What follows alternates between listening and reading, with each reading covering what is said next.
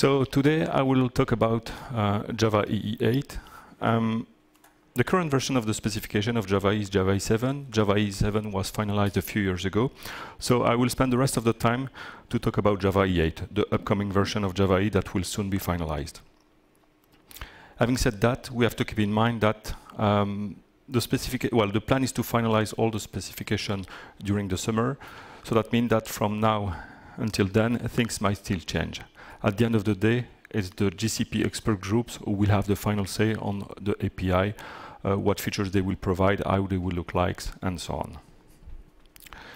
So what I will do in the next 30 minutes is basically to give you an overview of some of the new capability, some of the new API that we are adding to the platform. The first one that I want to talk about is Jaxrs. So in Java EE8, we will have Jaxrs 2.1. The two new big features of Jaxrs 2.1 are a new reactive client API and support for server-sent event. Now, it doesn't mean that the expert group will not add extra capability, but today I will just focus on those two. So the first things that I want to talk about is the client API that was added in Jaxrs 2, so Java EE7. So we basically have a client-side API that we can use to easily consume REST endpoints. It's fairly easy to use, so we first need to have an instance of a REST client container. Then we basically have to construct the request. So this is the URI of my remote endpoint. I'm expecting to get that specific media type. And finally, I invoke the request. Given that the client container is a relatively heavy object, we need to make sure that we close it at some point in time. The thing in that example is that it's a synchronous invocation, so it's a blocking call. Luckily, in Jaxrs 2, we also have asynchronous capability. So basically, what we are doing here, it's the same request, but this time I'm using an asynchronous invoker. And then you see that the return type is not string anymore, but it is a future type that we can use to basically get the result when the request has been received from the server side. So in Java EE7, Jaxrs 2, we had the client-side API that was introduced with two invokers, blocking one, synchronous, and an asynchronous one. What we are doing in Java EE8, we are introducing a new reactive invoker. So that's an asynchronous reactive invoker. It's this we can get that invoker through this new Rx method. And the idea is very simple. In Jaxrs 2.1, we can now do this. So this is a request. So we want to get on the network, in this case, to get some price. You see that the API is exactly the same. The only thing that is different, this time we are using this Rx invoker. And you see that the return type is not a future object anymore. It's a completion stage type. So we can do one request. We can do another request, and so on. And what we will do at the end is basically to combine those multiple requests together. We will do that using the completion stage API that was added to Java EE8. So basically, by using this API, we can easily express the dependency between the multiple services that we have to invoke in a very specific order. This is something which is very much needed when we have a microservices scenario, for example. So it's all it takes to do those to fulfill those kind of requirements. The Jaxrs 2.1 reactive client API with the completion stage API of Java EE8. Now, if we look at what benefit that new reactive API provide, we shouldn't expect to get any performance boost. I mean, in terms of performance, the pure asynchronous approach is equally as fast as the reactive approach. But it's really when we have to invoke from the client side multiple services with dependency between those services, then writing those kind of scenario with the pure asynchronous API is very difficult. So if you have such a scenario, then you really should look at the new reactive client API of Jaxrs 2.1. So that reactive client API is something new in Jaxrs 2.1. Something else that we are doing in Jaxrs 2.1 is we are adding support for SSE, server-sent event. So SSE is a standard mechanism that is widely supported. It's basically used to push from the server notification payload to the connected client. So we are in Jaxrs 2.1, we are adding support for SSE on the server side, but also on the client side. So let's look at the API on the server side. So we have this SSE event thing object that basically represents the connection from the server to a connected client. So this is an example. So I have an event stream method. I'm injecting through CDI two objects, SSE event thing, so the connection, the actual connection between the endpoint and the remote endpoint, and then an SSE object. Then I'm just using the standard Jaxrs annotation, so this one will be exposed and answered to a GET request. This is the path on the network, and it will produce that specific media type. So I have my connection, so obviously I want to use that connection to, at some point in time, push notification to that connected client. So what I will do, I will use that connection object, so event thing, and I will invoke the send method on that object. Sorry. And then I just need to pass some payload. For that, I'm using a shortcut, so I'm using directly the SSE object to directly create an event that I will send. I can do that multiple times. And obviously, at some point in time, I will have to make sure to close the connection. So this is the SSE server side. The client side is as easy. The thing that is important to keep in mind is that SSE is one way only. So it's server to client. So on the client side, we will not create events. We will only consume them as they are coming from the server. So first, we have this SSE event source, which is basically the connection between the client to the server. We are constructing that object, that connection. So we set its target on the network, we configure it, and so on. Then what we need to do, we basically need to register callbacks. We have multiple callbacks that we can use. This one is a consumer. It's a consumer of inbound SSE event type. So basically, that consumer will be invoked whenever there is some payload coming from the server. I could also register a throwable consumer. That one will be invoked if something goes wrong. Then what I need to make sure is to invoke on my connection the open method. It's basically where I tell the client-side container to basically establish the connection and register the different callbacks that I have set. So from that moment on, at any time there is some payload coming in, all my consumer will be invoked. In this case, I just have one consumer, and it will just print the payload. And again, once we are done, we need to make sure that we actually close that client container. So that was a very quick update on Jaxrs 2. Now I will briefly talk about what we are doing around JSONP, or around JSON in general. So we are doing two things. We are updating JSONP to JSONP 1.1, and we are adding a new binding API for JSON. So the first API that I will talk about is JSONP 1.1. And basically, the main goal of JSONP 1.1 is to add support for new standards. So the first standard that is added to JSONP is JSON pointer. As the name implies, a pointer defines a very simple syntax that is used to reference a location within a JSON document. So we have an example of that syntax. /0 mean object at index 0, /user mean the key value whose key is user, and so on. So if we look at an example, so we have a JSONP array object with that content. So basically two contents. So if we want to use the JSON pointer API on that object, we first need to define a pointer. So that's what I'm doing here. So /0 mean the first object, /name mean the key value whose key is name. Then I need to do something with that pointer. In this case, I'm using the getValue method. So what I will get in return is, in this case, would be the Duke value. So JSONP11 introduced JSON pointer. It has support for the get value method, but it has also support for add, replace, and remove operation. So some simple operation that we can easily use using that very simple syntax. This is another example using the replace operation.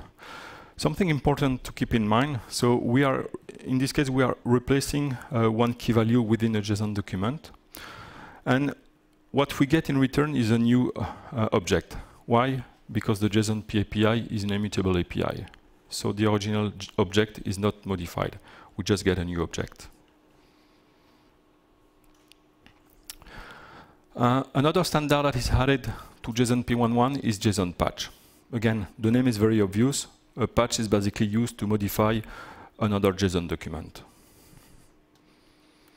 So we have an example of a patch here. So this is a simple patch with this one has two operations. The patch in itself is atomic. So if one of the operations fails, the complete patch is aborted. So if we want to apply that patch to that target, so we first perform the first operation. We are using the JSON pointer syntax. So in this case, we want to replace /0 phones mobile. So basically this mobile phone. It works. So we can move on to the next operation, which is a remove operation. So we want to remove object at index 1. It works. So that is basically the end result once the patch has been applied. So this is basically how JSONPatch works. Now, if we look at the Java API side of JSONPatch, we need two JSON documents. We first need to have a target, so the document to which we will apply the patch to, and we need a JSONPatch itself, which is in itself described in a JSON document. So that's what I'm doing here. From a simple JSON array, I create a patch. Then I just need to apply that patch to a specific target. And again, you see that the result object is a new object. Now, the JSONP patch support in JSONP11 has also this very nice and simple to use builder-based API. So you can basically dynamically construct your patch. You don't have to go through the creation of a JSON document to define your patch. So this is something which is very convenient. Now, JSONP is adding extra capability, but I will just talk about those two ones. Now I will talk about JSONB, which is a new API that is being added to Java E8. So it's a binding API. So it's an API that we can use to marshal and unmarshal Java object to and from JSON document. So it is to JSON what JAXB is to XML. The API in itself is very simple to use. So it defines a very common behavior that you will obtain if you don't specify anything. And new developers obviously will have the ability to override that behavior to match the specific use case that you need. So if we look at an example, what I have here, I have a few phones, so plain Java object. Then I have a list of phones with, in this case, 2 phones. So if I want to convert that Java object to a JSON document, all it takes using JSONB is this. So we first need to have a JSONB object that we get through this JSON builder create invocation. Then on that JSONB object, we are using the toJSON method. We pass it the Java object, and what we get in return is a string that would contain the JSON document here. So first, I've mentioned that the API is defining very common behavior. So for example, we have a set brand setter on the Java side, so that means that the key value is basically based on that. So we have brand, which is based on the setter. Same is true for the model, for the stock, and so on. So this is the common behavior. I haven't defined, I haven't configured anything. Now, in this case, what I get in return is a string type, But the JSONB class support different return type, like a writer, an output stream, and so on. So if I want to change that behavior, so let's say that in this case I don't want to have the brand, value in my JSON document. All it takes is to use one of the new annotation that has been added in JSONB. So in this case, what we would get this. So instead of brand, we have the key, which is now maker. So this is just one of the things that we can configure in JSONB 1.1. But there are really a lot of stuff that we can configure, like setting the naming strategy that we want to use, in which order the property have to be set. Maybe there are some property that we just want to ignore. Or what should we do if we have a null value, those kind of things. So there are really a lot of ways that you developers can use that API and basically configure it to exactly match your needs. Now, I show you what to do to get the common behavior. So if you really want to override and configure the default behavior, you would do something like this. So the JSONB API is introducing this new JSONB config object that you can basically use to really configure how the binding will work. So in this case, I want to set the formatting to true. I want to have specific adapters like we have on JaxB, and so on. So we basically create that object, and then once we create the JSONB object, we just pass it this JSONB config object. So that's how it works. Now, something which is very key about JSONB that I didn't mention yet is the fact that if you're looking around, there are already a lot of solutions that provide JSONB capabilities. I mean, there are already a lot of frameworks to basically convert Java to and from JSON. So we don't want to reinvent the wheel. So the JSONB API is really a standard API that is sitting on top of existing solution. And you developers have the ability to basically choose which underlying solution you're going to use. So in the first case, I'm not specifying anything. So again, convention over configuration. So I'm getting the default behavior. So that means that I'm basically using the JSONB reference implementation, which is called JSON. But if you want to use a different JSONB provider, you just specify which one you want to use. So again, this is not a new JSONB framework. This is really a standard API that sits on top of existing JSONB solution. Now, moving on, a big update that we are doing in Java E8 is the Servlet 4 API. Servlet 4 API is adding different capabilities, but clearly the main improvements, the main addition of Servlet 4 is HTTP2 support. So I think it's fair to say that Servlet 4 is really about adding HTTP2 support to the Java EE platform. So we are really talking about server-side HTTP2 support. Obviously, I don't have the time to go into details about HTTP2, but if you just have to remember two things about HTTP2, HTTP2 is a binary-based protocol. HTTP 1.1 was a text-based protocol. In HTTP2, everything happened over one single TCP connection. In HTTP 1.1, most of the time, your client had to open a lot of TCP connection, which is very expensive. So HTTP2 is about improving the resource utilization and reducing the latency of web application. And something which is very key for you developers is the fact that HTTP2 preserves all the HTTP semantic that you have been using for years. So we still have this notion of request response. We still have the notion of HTTP headers, HTTP cookies, and so on. Nothing changed on that front. So that means that today, you take your existing web application, you deploy it on top of a Servlet 4 container, it will just work, and you will have the HTTP2 support out of the box. You will not have to change your code unless you want to use one new capability of HTTP2, which is called server push. Server push gives basically the ability of to an HTTP2 server to proactively push resources to the client. So today in HTTP 1.1, the client do a request, he gets a response from the server. In HTTP2, the client do a request, and he will get one or multiple response from the server. So basically, this is used to by a HTTP2 server to proactively push resources to the client before the client asks them. If you are going to use that capability, you will see it's very simple. The thing that to keep in mind, server push is always tied to an incoming request. So server push is not about giving the ability to a server to push resources at any time.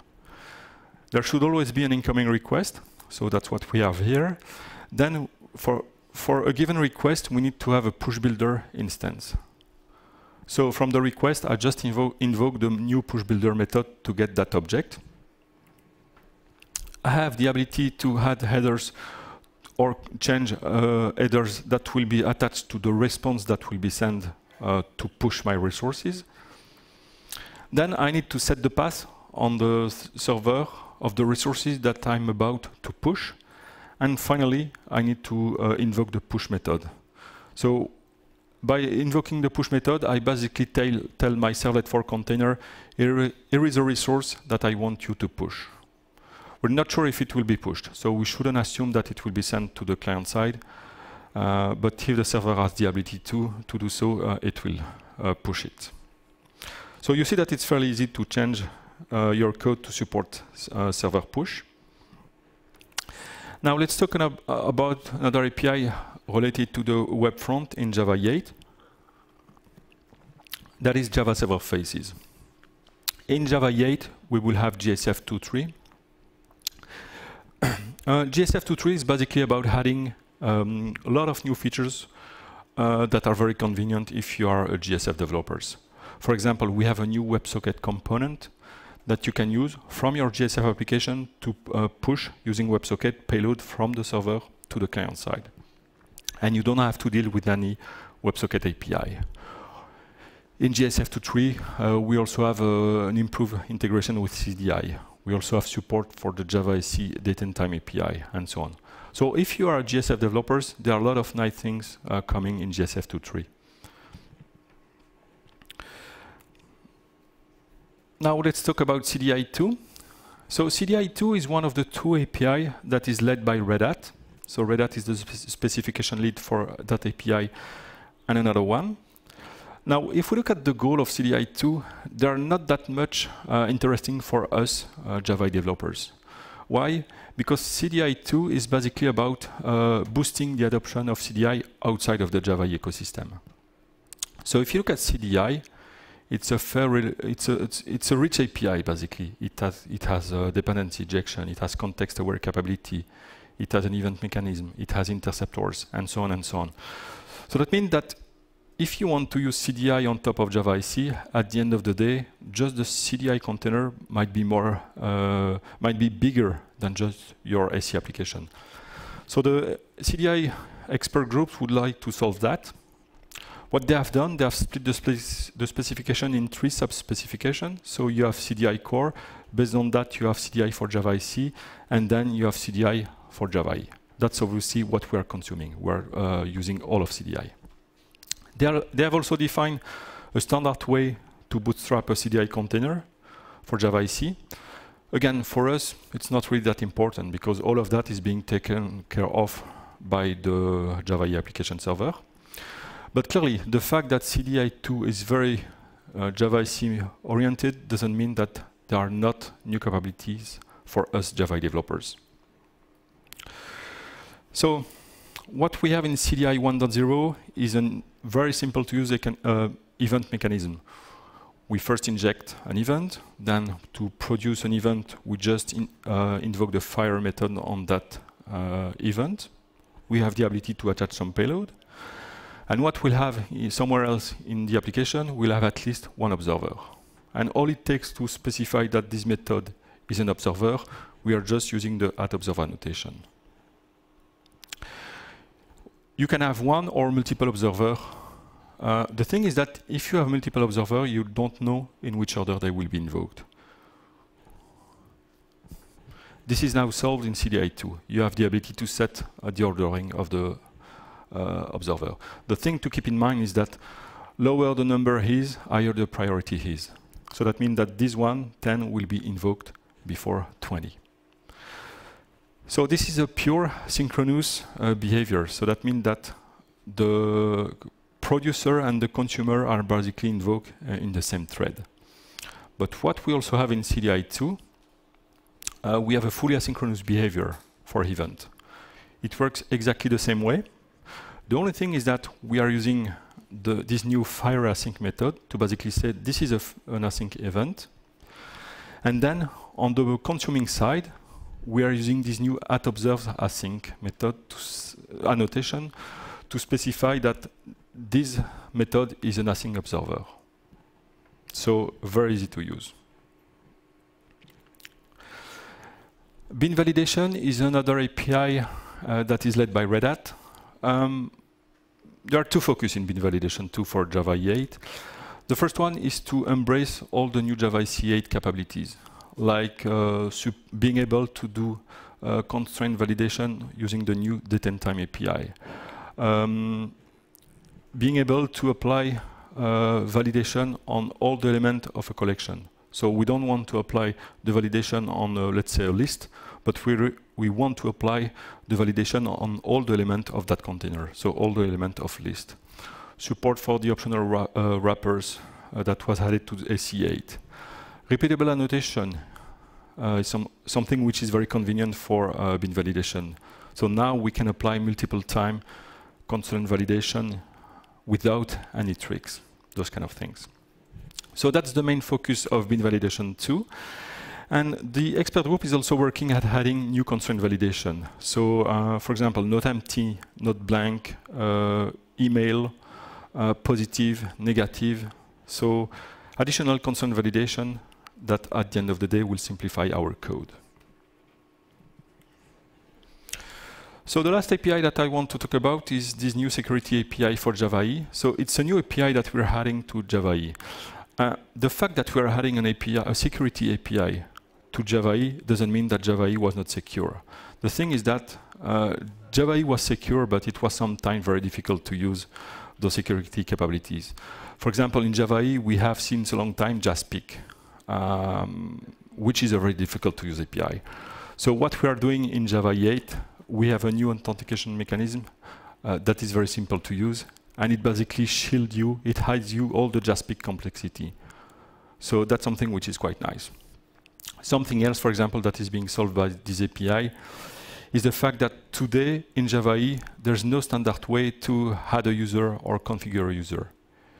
You always have to rely on an application server specific capabilities. Now with the identity store notion, we finally have a standard way to deal with the user.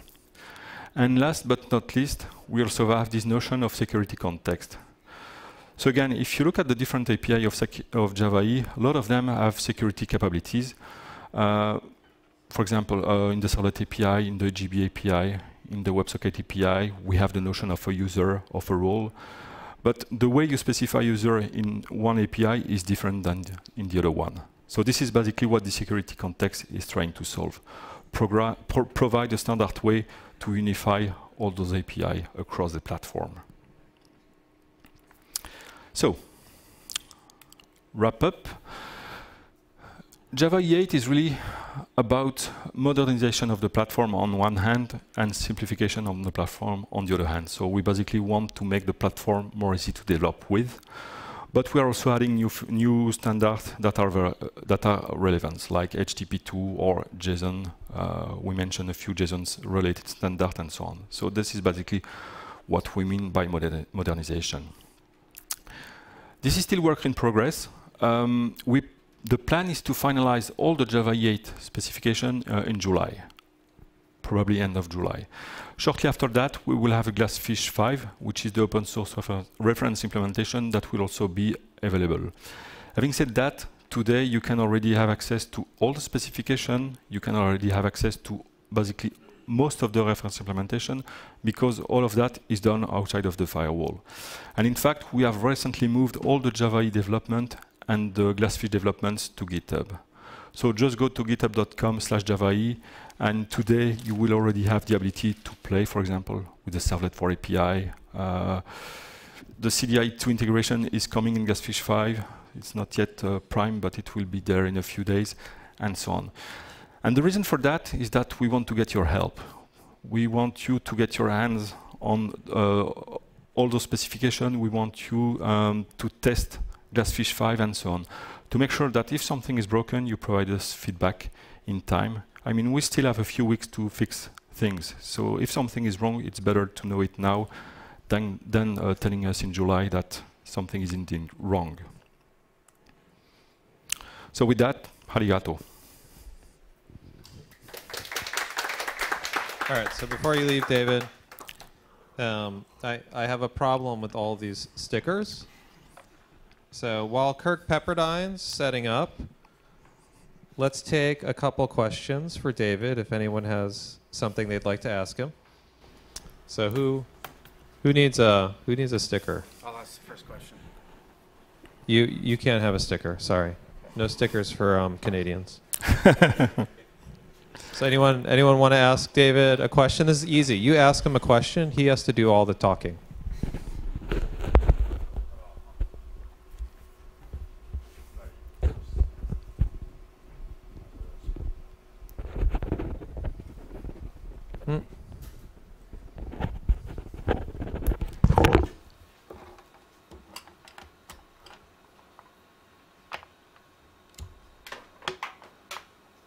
Come on, I know you guys have a question. Oh, maybe? And there is one there also.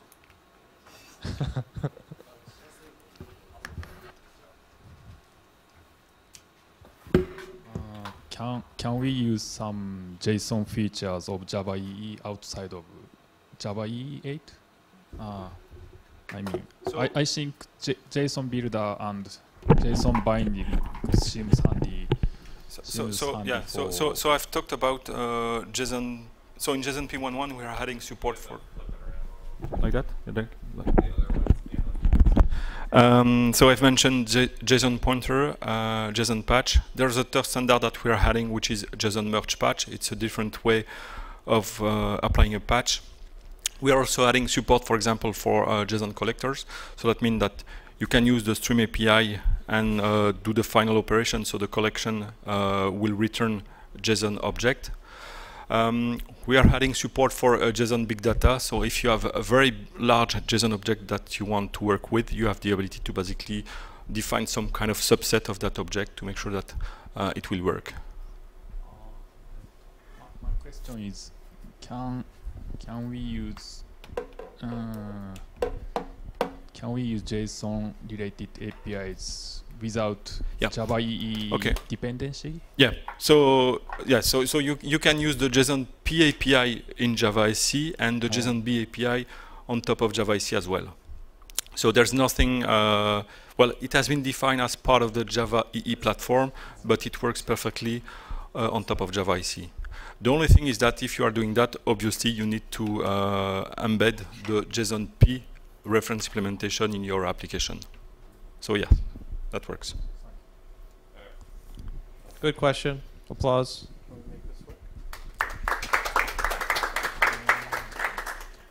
So take the Okay, we got another question, David. yes. Oh. Oh, hello. So I'm just curious.